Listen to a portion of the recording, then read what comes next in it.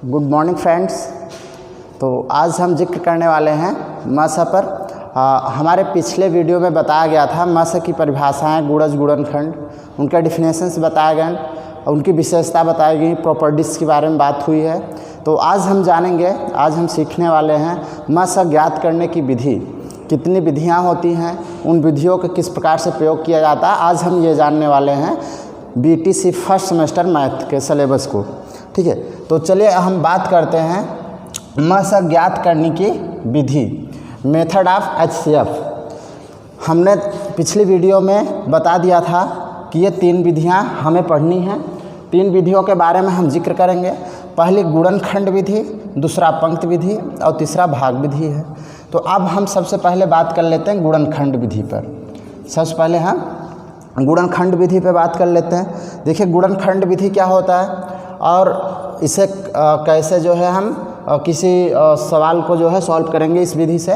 तो सबसे पहले हम जानते ये हैं कि अगर आपको दे दिया 6, 12 और 18, ये 3 संख्याएं अगर आपको दे दे और आपसे पूछ ले कि इनका मस ज्ञात करो गुणनखंड विधि से, 6, 12, 18 का मस गुणनखंड विधि से,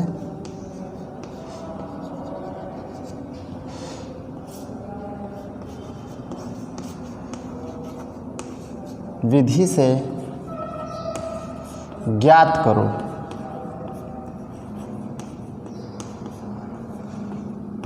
अगर आपको गुणनखंड की विधि की बात, तो सबसे पहले हम ये जानते हैं कि गुणनखंड विधि में होता क्या है। देखिए अगर मस ज्ञात करना है गुणनखंड विधि से, तो हम दी गई संख्याओं का 2 या 2 से अधिक अगर दी गई संख्याएं हैं तो दी गई संख्याओं का अलग अलग अभाज्य गुणनखंड कर लेते हैं। अलग अलग अभाज्य गुणनखंड करने का मतलब फैक्टर कर लेंगे, हम सॉल्व करते हैं इसे। तो दी गए सभी संख्याओं का अलग अलग, 6 का है तो 6 का हम फैक्टर कर लेंगे, 12 का अलग से कर लेंगे, 18 का भी कर लेंगे। अलग अलग हम गुणनखंड कर लेंगे बारी बारी से अभाज्य गुणन।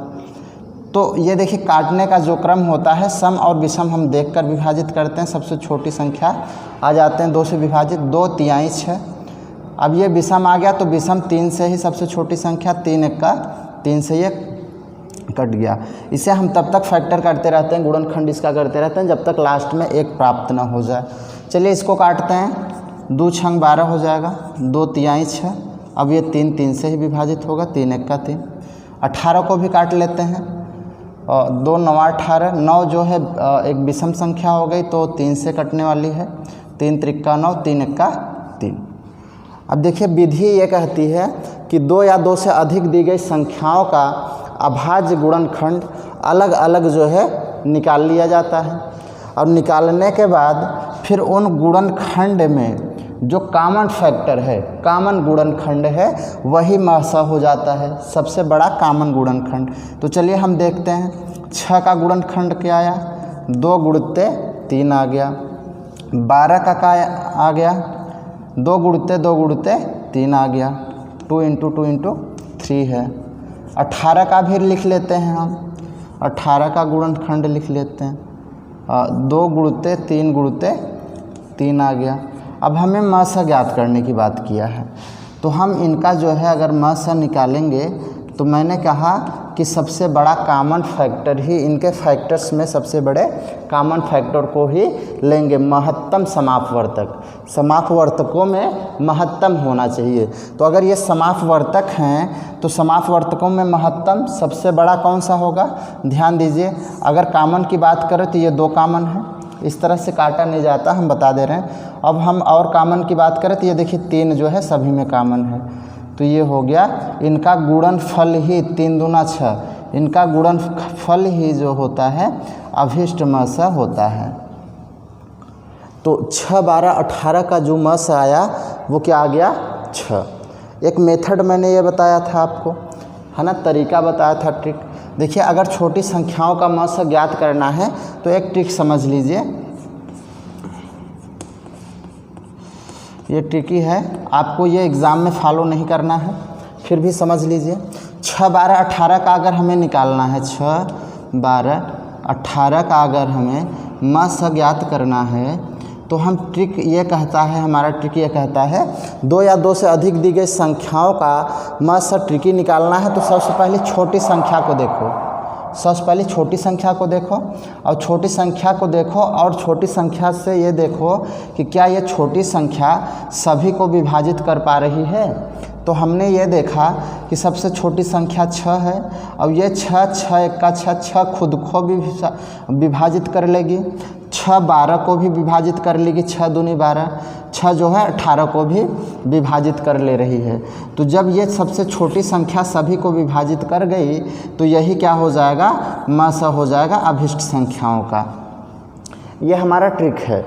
2 या 2 से अधिक दी गई संख्याएं अगर दी हैं और हमें जल्दबाजी करना है, जल्दी से सिर्फ उत्तर प्राप्त करना, ना कि आपको डिस्क्रिप्टिव मेथड से सॉल्व करना है, तो हम ऐसे ट्रिक से जान सकते हैं। सबसे छोटी संख्या पर आकर हम देखते हैं क्या वो सबसे छोटी संख्या सबको विभाजित कर पा रही है। अगर ऐसा है तो वही संख्या जो है हमारा म स हो जाएगी। अब ये देखिए हम क्या जान लिए, गुणनखंड विधि को जान लिए हैं। अब अगर हम पंक्ति विधि की बात करें, ये देखिए पंक्ति विधि, अगर हम इस विधि की बात करते हैं, पंक्ति विधि की बात करते हैं, तो देखिए पंक्ति विधि क्या कहती है। पंक्ति विधि ये कहती है, मान लीजिए हम एक क्वेश्चन ले रहे हैं, यही 6 12 18 का ही ले रहे हैं, है ना। हम कह दिए 6 12 और 18 का म स हमें ज्ञात करना है किस विधि से, पंक्ति विधि से ज्ञात करना है। अब अगर हमें पंक्ति विधि से ज्ञात करना है तो देखिए पंक्ति विधि क्या कहती है। पंक्ति विधि ये कहती है कि 2 या 2 से अधिक दी गई संख्याओं का म स ज्ञात करने के लिए सभी संख्याओं को एक ही पंक्ति में लिख लीजिए, एक ही पंक्ति में लिख लीजिए। अब उनका क्या कर दीजिए, अभाज्य गुणनखंड, अभाज्य गुणनखंड कर दीजिए। अभाज्य गुणनखंड किस सेंस में किया जाएगा, तो सबसे पहले हम सबसे छोटी संख्या से 2 से काटेंगे, सम संख्या 2 से काटेंगे क्रम से, 2 तिहाई 6, 2 छंग 12 और 2 नवा 18। अच्छा, अगर फिर अगली जो आ जाती है पंक्ति, उस पंक्ति में हम ये देखते हैं कि 2 से कटने लायक कोई और संख्या तो नहीं बची है। अगर 2 से कटने लायक बची है तब तक उसे हम 2 से ही विभाजित करते रहेंगे। अब यहाँ देखिए, अगर 3 6 9 की बात करें तो 6 जो है 2 से विभाजित होगा, तो हम 2 से अभी विभाजित करेंगे। अब यहाँ हम बात कर लेते हैं 3 2 से कटेगा, नहीं कटेगा, तो जो संख्याएं नहीं विभाजित हो रही उनको हम वैसे ही लिख लेते हैं। क्लियर है। अब फिर 2 तिहाई 6 ये विभाजित हो गया, है ना। 9 की बात करें 2 से नहीं कटेगा तो 9 को वैसे ही लिख लेते हैं। फिर अब हम देख रहे हैं कि सम और विषम, इसमें कोई सम संख्या नहीं है अर्थात विषम से काटते हैं। 3 1 का 3, 3 1 का 3, 3 3 का 9। अब इसको हम इसी क्रम में काटते रहते हैं तब तक जब तक 1 नहीं आ जाता। 3 1 का 3, ये देखिए 1 1 था और लास्ट में 3 1 का 3 आ गया, ये हो गया। अब रही बात म स की, अब कह दिया कि म स, ठीक है। अब बात हो गई म स कि ये जो पंक्ति विधि है, ये जो पंक्ति विधि हम लगा रहे हैं, ठीक है, इसकी विशेषता ये है, विशेषता नहीं, ये लगाने के जो तरीके हैं ये है कि सबको एक पंक्ति में लिखकर हम अभाज्य गुणनखंड करते हैं और ये देखते हैं कि वो कौन सा गुणनखंड है जो सभी संख्याओं को एक ही पंक्ति में सबको एक साथ विभाजित की गई है, एक साथ काटी है। तो अगर हम इस 2 की बात करें, तो ये 2 जो एक ही पंक्ति में सभी को विभाजित किया है। 2 तिहाई 6, 2 छंग 12, 2 नवा 18, ये 2 किस में आ जाएगा, म स की श्रेणी में आ गया। हम देखते हैं और कोई संख्या गुणनखंड ऐसा तो नहीं है जो एक ही पंक्ति में सबको विभाजित किया हो। अगर इस 2 की बात करें तो ये 2 देखिए, इन्हें नहीं काट पाया, इसे काटा है, तो ये 2 नहीं होगा। 3 की बात करते हैं, ये 3 देखिए सभी को विभाजित कर गया। 3 1 का 3, 3 1 का 3, 3 3 का 9, तो ये जो 3 है एक ही पंक्ति में सभी को विभाजित किया, इसलिए ये 3 भी जो है म स की श्रेणी में आ जाएगा। अब यहाँ हम बात करते हैं इस 3 की, तो इसने जो है 1 1 को नहीं 3 को विभाजित केवल किया है, तो वो नहीं आएगा। अब इनका गुणनफल गुणा करके देख लीजिए, क्या 3 दूना 6, इनका गुणनफल ही क्या हो जाएगा, अभिष्ट म स हो जाएगा। ये हमारी पंक्ति विधि की बात रही। गुणनखंड विधि हो गया, पंक्ति विधि हो गया। अब हम भाग विधि को जान लेते हैं। अपने एक ट्रिक भी जाना है, अब हम भाग विधि को भी जान लेते हैं। चलिए देखते हैं भाग विधि क्या कहती है अपनी। अब हम आते हैं भाग विधि पर। अब हम आते हैं भाग विधि पर। तो इस विधि को हम देखते हैं। अच्छा, हमने वही संख्याएँ ली है, 6, 12, 18 वाला ही लिया है। 6, 12, 18 का मा सब भाग विधि से ज्ञात करो। तो देखिए भाग विधि की जो प्रॉपर्टीज़ है, भाग विधि की जो प्रॉपर्टीज़ है इसको हम सबसे पहले जानते हैं। देखिए भाग विधि की विशेषता ये है कि सबसे पहले दी गई संख्याओं का हम क्या करेंगे, तुलना करेंगे एक दूसरे में कि सबसे छोटी और बड़ी वाली तुलना। ठीक है, ठीक है, सबसे छोटी और बड़ी वाली तुलना ये करेंगे कि भाई सबसे छोटी कौन है या फिर उससे भी बड़ी कौन है, या फिर दूसरे सेंस में ये समझ लीजिए, सिंपल सी भाषा में ये चीज़ हो जाता है कि भाग विधि 2 या 2 से अधिक दी गई जो संख्याएं होती हैं उनमें से कोई 2 संख्या हम ले लेते हैं, उनमें से कोई 2 संख्या हम ले लेते हैं। तो यहाँ 3 संख्याएँ दी गई हैं, 6, 12, 18। इनमें से कोई भी 2 संख्या आप ले लो, 6 ले लो चाहे 12 ले लो, चाहे 6 ले लो चाहे 18 ले लो। सबसे पहले विधि ये कहती है कि दी गई संख्याओं में कोई भी 2 संख्या लो, बड़ी वाली संख्या में छोटी संख्या से भाग दे दो। 6 दूनी 12 आ गया, ये विभाजित हो गया, विभाजित हो गया। सर्वप्रथम क्या, किन्हीं 2 संख्याओं को लेना है और क्या करना, बड़ी संख्या में छोटी संख्या से भाग दे देना है। 6 दूनी 12 आ गया, विभाजित हो गया। तो इस केस में क्या होता है, जो हमारा भाजक होता है, जो हमारा भाजक होता है, ये भाजक इन दोनों संख्याओं का म स कहलाती है। ठीक है, तो आया हुआ जो भाजक हुआ इन दोनों संख्याओं का, अब इस भाजक को लेकर, इस भाजक को लेकर बची हुई अगली संख्या तीसरी 18 है, 18 में भाग देंगे तो 6 तिरिक क्या हो गया, 18 हो गया। अच्छा, इस 6 ने भी 18 को विभाजित कर दिया। अब जो इसकी खास बात ये है कि खास बात ये होती है जो लास्ट का जो भाजक होता है ना, जो लास्ट का भाजक होता है वही अभिष्ट संख्याओं का, अभिष्ट संख्याएं जो संख्याएं दी होती हैं, अभिष्ट संख्याओं का म स कहलाता है।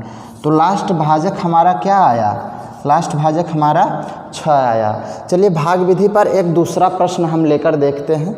ये बहुत ही सिंपल हो गया क्योंकि इसमें और भी चीज़ें छुपी हैं जिनको आपको जानने की बहुत ज़रूरत है। तो आइए हम देख लेते हैं एक और सवाल, भाग विधि पर एक और प्रश्न जान लेते हैं। अब हम जानते हैं अगले सवाल को देखते हैं।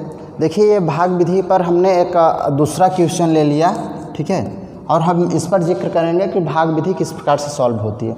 तो हमने ये कहा भाग विधि लगाने की ये जो तरीका है, सर्वप्रथम हम क्या करेंगे, किन्हीं 2 संख्याओं को लेंगे। 3 संख्याएं यहाँ भी दी गई है, 105, 175, 255। तो किन्हीं भी 2 संख्याओं को ले लो। चलिए मैं ले लेता हूँ 105 को ले लेता हूँ, 105 और 175 को। दूसरा कंडीशन ये कहता है, पहला तो ये हो गया किन्हीं भी 2 संख्याओं को हमने ले लिया। दूसरा कंडीशन क्या कहता है, अब उनमें हम भाग देंगे। ठीक है, तो कितनी बार जाएगा, 105 एक्का 105, क्योंकि 2 बार ले जाएंगे तो ज़्यादा हो जाएगा। अब इसको हम घटा लेते हैं, 70 आ गया, ये तो विभाजित हो जाएगा। ठीक है, 0 आ गया तो 70 आ गया। अब यहाँ ये चीज़ देखते हैं हम कि जो आया हुआ शेष होता है, आप समझिएगा क्या होता है। सर्वप्रथम हम 2 संख्याओं को लेंगे, बड़ी संख्या में छोटी संख्या से भाग देंगे। भाग देने पर आया हुआ जो शेष होता है वो भाजक बन जाता है। वो क्या बन जाता है, भाजक बन जाता है।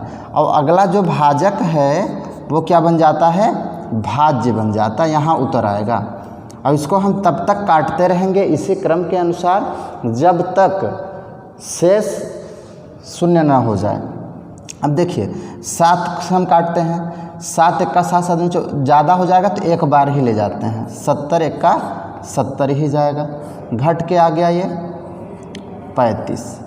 अब देखिए क्रम वही रहेगा, जो आया हुआ शेष होता है वो भाजक बन जाता है और अगला भाजक भाज्य बन जाता है।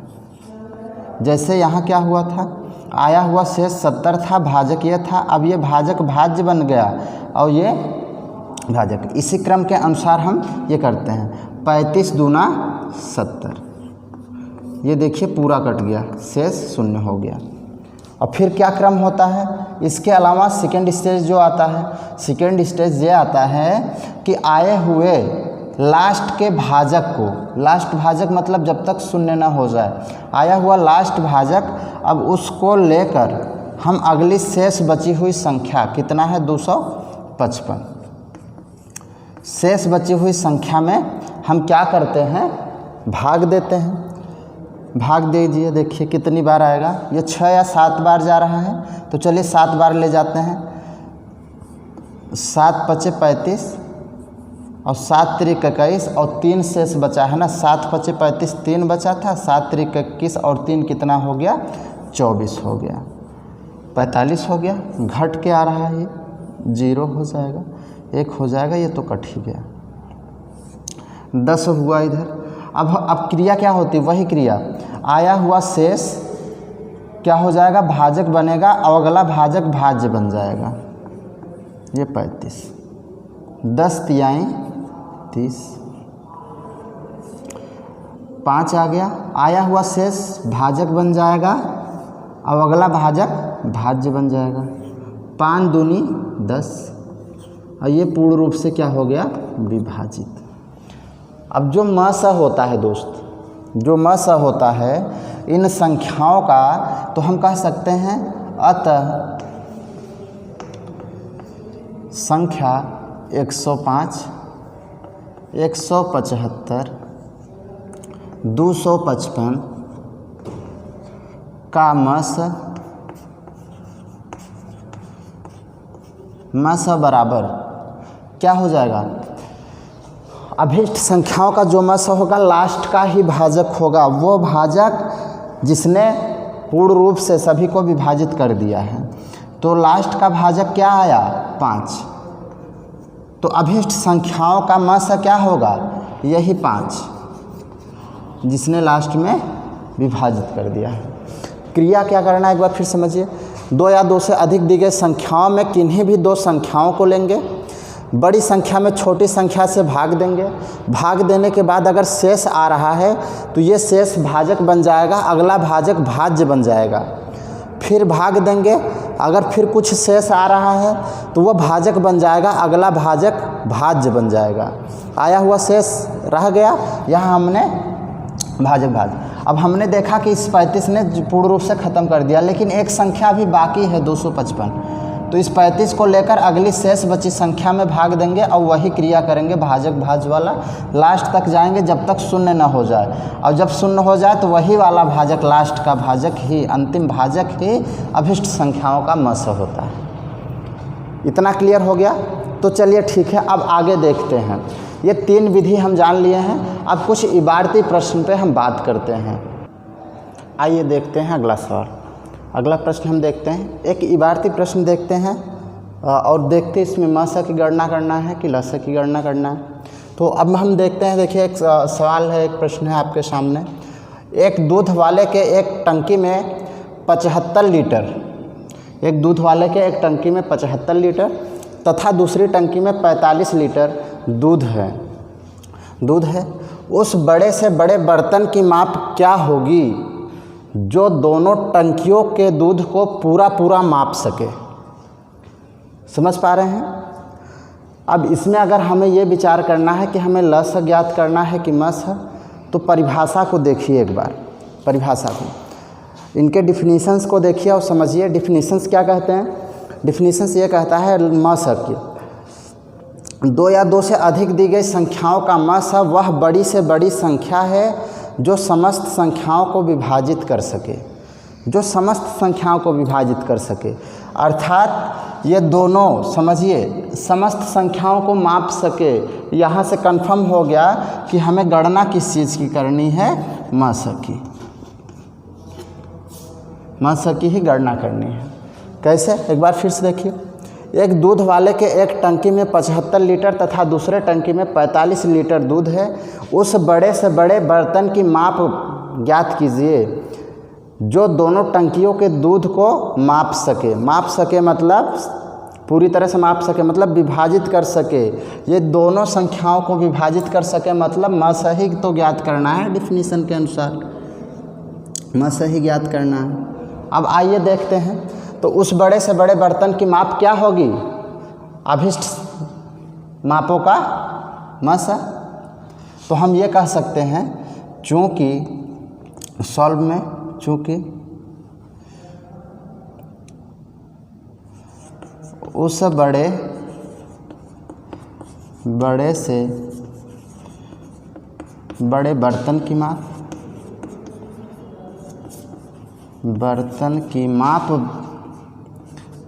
क्या होगी? 75 और 45 का मसा ही तो होगा। तो आइए हम निकाल लेते हैं 75 और 45 का मसा ज्ञात करने की हम यहाँ पंक्ति विधि लगाते हैं। ठीक है, पंक्ति विधि क्या कहती है एक बार फिर से जिक्र करिए, अभी जस्ट हमने बताया। पंक्ति विधि ये कहती है दी गई संख्याओं को सबसे पहले छोटे की तरफ से काटिए, 2 से 3 से 4 से। तो 2 से कटने वाला है नहीं, क्योंकि हमने इकाई का अंक देखा जो है विषम है, तो विषम से ही कटेगा। 3 से काट के देखते हैं, 3 एक्का 3 एक हासिल आएगा, 15 होगा, 3 पचे 15 हो गया। फिर 45 को काटते हैं, 3 एक्का 3 4 कटेगा, 4 में एक हासिल 15 हो गया, ये हो गया। फिर 3 से कटेगा, सॉरी ये एक नहीं जाएगा, 2 बार जाएगा, 3 दूना 6 आएगा। ठीक है, 3 दूना 6 एक हासिल, और फिर जो है 15 हुआ, 3 55। अब 3 से काटते हैं, 25 तो कटेगा नहीं, 25 को वैसे रहने दें, ये कट जाएगा, 3 पचे 15। अब 5 से ये कटने वाला है, 3 से नहीं कटेगा, 5 पचे 25 और 5 एक्का 5, फिर 5 से विभाजित कर दीजिए, 1 और 1। और ये पंक्ति विधि यह कहती है कि तब तक काटते रहिए जब तक कि शेष जो है शून्य न प्राप्त हो जाए। अब मसा क्या होता है? इन संख्याओं का मसा वो गुणनखंड होगा जो एक ही पंक्ति में सभी को विभाजित किया हो। तो उस बड़े से बड़े बर्तन की माप इनका मसा, तो इनका मसा क्या आया है? इनका मसा हमने देखा, ये जो 3 था इसे भी काटा, इसे भी, तो मसा की श्रेणी में 1 आ गया, 3। फिर आगे देखते हैं किसी न किसी को विभाजित किया है एक साथ, ये नहीं विभाजित कर पाया, अर्थात यही 3 हमारा क्या हो जाएगा? आंसर। और 3 क्या हो जाएगा? बड़े से बड़े बर्तन की माप क्या होगा? 3 लीटर वाला जो है बर्तन अगर होगा तो वो क्या होगा? दोनों टंकियों में जो दूध भरे हैं उनको पूरी तरह से माप कर पाएगा, तौल पाएगा। ठीक है, जिसमें बिल्कुल भी शेष नहीं बचेगा। ये लगाने के तरीके हैं, ये समझने के तरीके हैं कि हमें लसा ज्ञात करना है कि मसा। आइए अगला एक और सवाल देख लेते हैं मसा पर ही। अब हम बात कर लेते हैं इस प्रश्न पर भी। कहा गया वह बड़ी से बड़ी संख्या ज्ञात कीजिए जो 84, 126, 140 में से प्रत्येक को पूर्णतया विभाजित कर सके। वह बड़ी से बड़ी संख्या हमें बतानी है जो इन तीनों संख्याओं को पूरी तरह से विभाजित कर सके। परिभाषा भी तो यही है मसा की। परिभाषा क्या है? वह बड़ी से बड़ी संख्या, 2 या 2 से अधिक दी गई संख्याओं को विभाजित करने वाली वह बड़ी से बड़ी संख्या ही उन संख्याओं का मसा होगी। ठीक है, तो यहाँ देख लेते हैं कि हमें ज्ञात का करना है। वह बड़ी से बड़ी संख्या ज्ञात कीजिए जो इनको विभाजित कर सके। संख्याओं को जो विभाजित कर सके वो संख्या क्या कहलाती है? मसा ही कहलाती है। लसा में इसका उल्टा होता है, लसा को संख्याएं विभाजित करती हैं और मसा क्या होता है? मसा में संख्याओं को मसा विभाजित करता है। तो हमें पता चल गया कि वो बड़ी से बड़ी संख्या क्या होगी? इन संख्याओं का मसा। अर्थात हम कह सकते हैं चूँकि वह बड़ी से बड़ी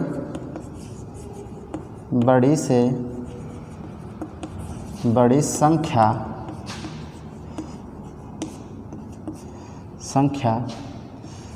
84, 126, 140 का मसा होगी जो इन संख्याओं को पूरी तरह या फिर पूर्णतया पूरी तरह विभाजित कर देगी, विभाजित कर सकेगी या फिर कर देगी, ठीक, विभाजित कर सकेगी। ये तो आइए हम देखते हैं क्या कौन सी संख्या आएगी। वह बड़ी से बड़ी संख्या, भाई कह रहा वह बड़ी से बड़ी संख्या ज्ञात करो, तो हमने बताया सॉल्व में वह बड़ी से बड़ी संख्या 84, 126, 140 का मासा ही होगी जो इन तीनों संख्याओं को पूरी तरह विभाजित कर सकेगी। तो चलिए हम देख लेते हैं, ज्ञात कर लेते हैं। गणना कैसे करेंगे, हमें कह रहा है 84 का, 126 का और 140 का, तो हमने पंक्ति विधि लगा लिया। चलिए 2 से काटते हैं, 2 चौक 8 होगा, 2 दूनी 4, 2 छंग 12 हो जाएगा, 2 सत्ते 14, 0 आ गया, ठीक है। फिर 2 से काटते हैं, क्योंकि 2 से तब तक काटते रहेंगे जब तक कि 2 से कटने लायक रहेंगे, ठीक। 2 दूनी 4, 2 एक्का 2 हो जाएगा, 2 तिहाई 6 होगा, और ये हो जाएगा 2 तिहाई 6 और 2 पंचे 10, 2 तिहाई 6 एक गया 10 बना, 2 पंचे 10 हो गया। 2 से अभी कटने वाला है, ये 21 है। अच्छा 2 से नहीं कटेगा, आप 3 से काट लेते हैं, 3 सत्ते 21 आ गया, 3 सत्ते 21 आ गया ये, और फिर हो जाएगा ये 3 एक्का 3 और 3 नहीं कटेगा, ये बिल्कुल नहीं कटने वाला है। अब हम काट लेते हैं 5 से, ये 7 ऐसे ही रहेगा, 5 सत्ते 35 हो जाएगा, और फिर काट लेते हैं 7 से, क्योंकि 7 से ही कटेगा, 1 1 और लास्ट में 1 आ गया, है ना, ये हो गया। अब हम देखते हैं ये मासा हमें ज्ञात करना है, अभी संख्याओं का मासा ही थी, तो वह बड़ी से बड़ी संख्या, भाई बड़ी से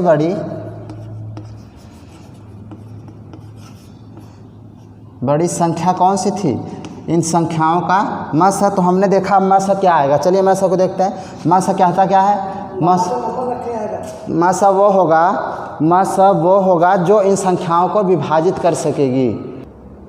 बड़ी से बड़ी संख्या कौन सी हो जाएगी, इनका मासा ही। तो मासा देखते हैं, पंक्ति विधि यह कहती है कि जो एक ही पंक्ति में जो गुणनखंड, जो संख्या सबको विभाजित कर रही हो, मासा की श्रेणी में आएगा। हमने इस 2 को देखा, ये 2 जो है 84 को 12 को 140 को विभाजित कर दिया, तो इससे ये मासा की श्रेणी में आ गया। और हम देख लेते हैं 2 जो है इसको भी विभाजित किया, इसको भी और इसको भी, फिर ये 2 भी जो है मासा की श्रेणी में आ जाएगा। और हम देख लेते हैं 3 किसी को विभाजित किया, 3 सत्ते 21, 3 एक्का 3 और 35 को नहीं विभाजित कर पाया है, कोई नहीं होगा। तब हमारा क्या हो जाएगा, वह बड़ी से बड़ी संख्या क्या हो गई, 4 हो गई। वह बड़ी से बड़ी संख्या 4 हो गई जो इन सभी संख्याओं को तीनों संख्याओं को पूर्ण रूप से विभाजित कर रही है। अब आगे बात करते हैं, चलिए आगे बात करते हैं लसा पर, लसा की परिभाषाओं पर, लसा की विधियों पर। आई थिंक जो है मैंने बता दिया है, जितनी भी मासा में प्रॉपर्टीज़ हैं, जितने तरीके हैं लगाने के, ज्ञात करने के। तो आगे बढ़ते हैं लसा पर, चलिए आगे बढ़ते हैं। लेकिन आगे बढ़ने से पहले एक चीज़ जान लीजिए, यहाँ जो है 126 को आप 12 बना लीजिए। अब या तो यहाँ 100, देखिए ये क्या था, प्रश्न में हमारा दिया गया था 84, 126, 140 में से कह रहा है ना, लेकिन मैंने यहाँ जो है एक छूट हो गई, ये हो गया 84 12 140 हो गया। तो आप प्रश्न में ही बना दीजिए, ठीक है, प्रश्न में ये बना दीजिए कि 84 12 और 140, 84 12 और 140 बना लीजिए जिनका, क्योंकि 26 का अगर देखेंगे तो 26 का कुछ और आ जाएगा उत्तर, हाँ है ना। 126 का अगर हम देखेंगे तो हम ये कह सकते हैं कि 84 और 12 140 में से जो सभी को विभाजित कर सके, या तो यहाँ हम 126 बनाते हैं या फिर वो, तो इसके अकॉर्डिंग ये आएगा। अगर ये जो है 126 हो गया तो क्वेश्चन कुछ और आ सकता है, 7 आ सकता है, 14 आ सकता है, आई थिंक ऐसा कुछ आएगा, ठीक है। तो ये हमारा सवाल रहा। आगे देखते हैं मासा और लसा पर हम बात कर लेते हैं। Method of LCM, lowest common multiple की बात करते हैं। लसा ज्ञात करने की विधि बात करते हैं। तो देखिए लसा ज्ञात करने की जो विधि होती है, पहली विधि हम जान लेते हैं। गुणनखंड विधि से भी लसा ज्ञात किया जा सकता है। गुणनखंड विधि पहली विधि हो गई। दूसरी हो जाएगी भाग विधि।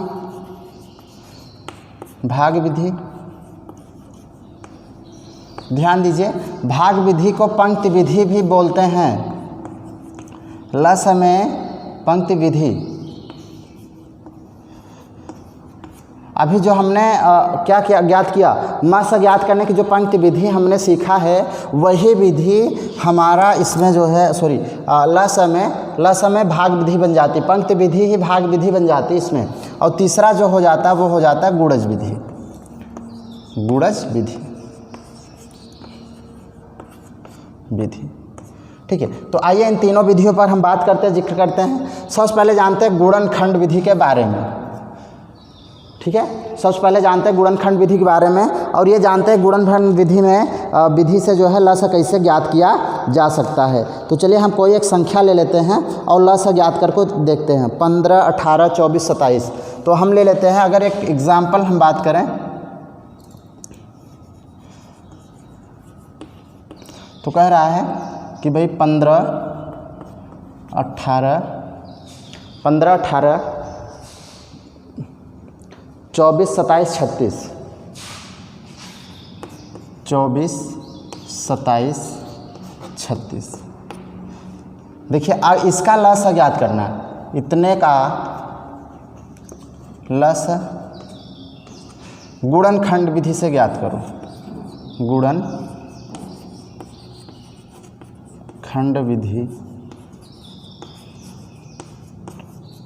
विधि से ज्ञात कीजिए। ज्ञात करना है हमें। तो चलिए सॉल्व देख लेते हैं और जानते हैं गुणनखंड विधि क्या है। क्या करना है, गुणनखंड विधि ये कहती है कि दी गई संख्याओं का, 2 या 2 से अधिक दी गई संख्याओं का सभी का अभाज्य गुणनखंड विधि, अभाज्य गुणनखंड कर लो। अभाज्य गुणनखंड मतलब अलग अलग जो है सबका गुणनखंड कर लो। 18 का कर लिया, 15 का कर लिया, 18 का कर लिया, 24 का कर लो, है ना। ऐसे ही सबका करो। तो इसको हम काटते हैं, 3 से कटेगा 3 × 5 = 15, 5 × 1 = 5। 18 को काटते हैं 2 × 9 = 18। अब 3 से कटेगा 3 × 3 = 9, 3 × 1 = 3। ये हम अभाज्य गुणनखंड के रूप में इसे तोड़ रहे हैं। 2 से काटने हैं, 2 12 हो जाएगा, 6 हो जाएगा ये, और 2 तिहाई, और फिर 3 से कटने वाला है ना। 3 × 1 = 3, और बचा क्या है, 27 बचा है। तो 27 को हम विभाजित कर लेते हैं, 3 × 9 = 27 हो जाएगा, 3 × 3 = 9, और 3 × 1 = 3, और लास्ट का 36 बचा है। इधर 36 को हमने विभाजित कर लिया। 2 × 1 = 2, 2 × 8 = 16 हो जाएगा, 2 × 9 = 18 होगा, और 3 से विभाजित होने वाला, 3 × 3 = 9, और 3 × 1 = ये 3। सबको हमने क्या कर लिया, अभाज्य गुणनखंड के रूप में सबको तोड़ लिया। ठीक है, अब यहाँ बात ये हो जाती है लस की। तो देखिए लस कहता क्या है। लस ये बोलता भी, परिभाषा पे एक बार जाइए। मैंने अभी जस्ट कहा लस को संख्याएं विभाजित करती हैं। मतलब ये कहता है 2 या 2 से अधिक दी हुई संख्याओं का लस वह छोटी से छोटी संख्या है जिसे समस्त संख्याएं विभाजित कर देंगी। लस क्या होता है, 2 या 2 से अधिक दी गई संख्याओं का लस वह छोटी से छोटी संख्या है जिसे समस्त संख्याएं विभाजित कर देंगी। कहते हैं लस लघुत्तम, लेकिन मान आता है लस का बड़ा। तो चलिए देखते हैं इनका अब लस ज्ञात करने की विधि जानते हैं। हमने सभी संख्याओं का अभाज्य गुणनखंड कर लिया। अब गुणनखंड में बात यह हो जाती है, कॉमन गुणनखंड को भी लेते हैं, सभी संख्याओं में जो कॉमन मिलता है उसे भी लेते हैं, और जो कॉमन नहीं मिलता उसे भी लेते हैं। लेकिन जो कॉमन मिलेगा उसे एक बार ही लेंगे। तो सबसे पहले कॉमन देख लेते हैं, लिख कर अलग अलग लिख लेते हैं। 15 का गुणनखंड लिख लेते हैं, 3 × 5 आया है। 18 का लिख लेते हैं, 2 × 3 × 3 आया है। 24 का आ गया, 2 × 2 and 2 × 3। अगला लिख लेते हैं 27 का, और फिर जो है 36 का भी।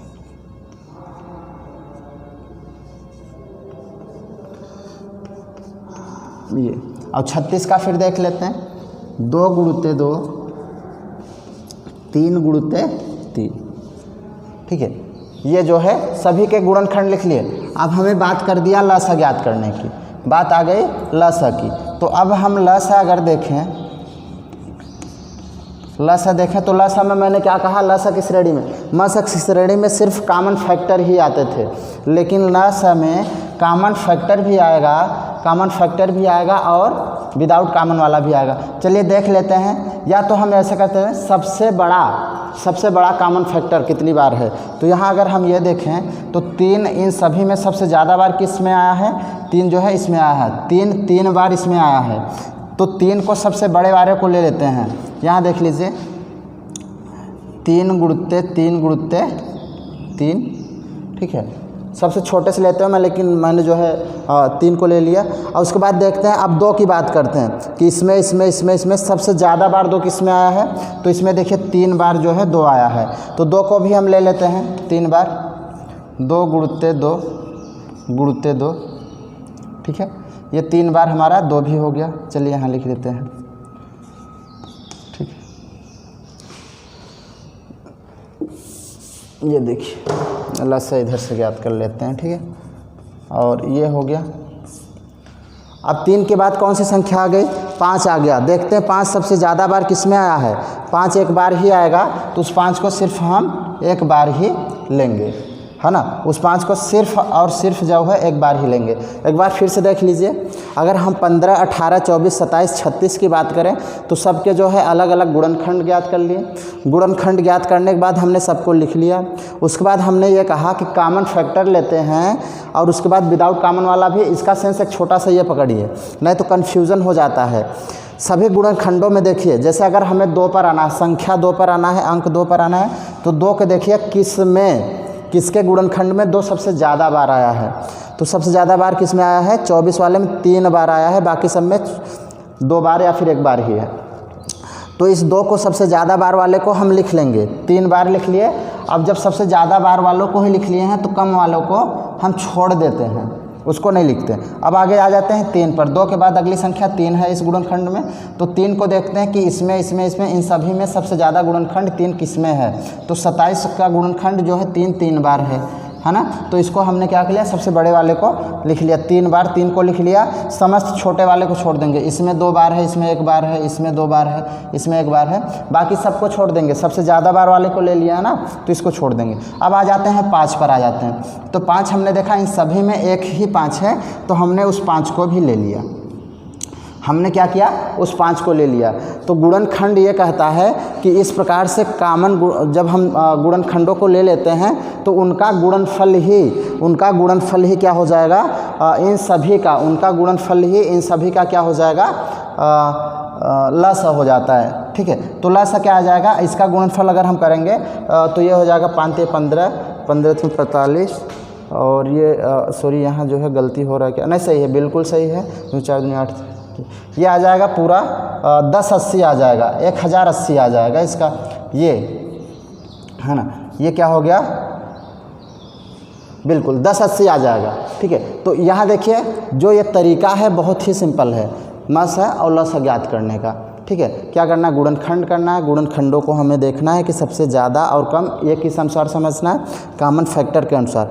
किसमें जो है 2 सबसे ज़्यादा बार आया है, उस पूरे गुणनखंड को हम यहाँ ले लेंगे, ठीक है। फिर आएंगे अगली संख्या 3 पर आएंगे, बाकी सबको छोड़ते हुए, ठीक। और जो 1 बार भी आया रहेगा, ठीक है, यहाँ 5 1 बार ही है तो 5 को भी लिया। इन सभी का गुणनखंड ही क्या हो जाएगा, हमारा लसा हो जाएगा। अब आगे हम देख लेते हैं।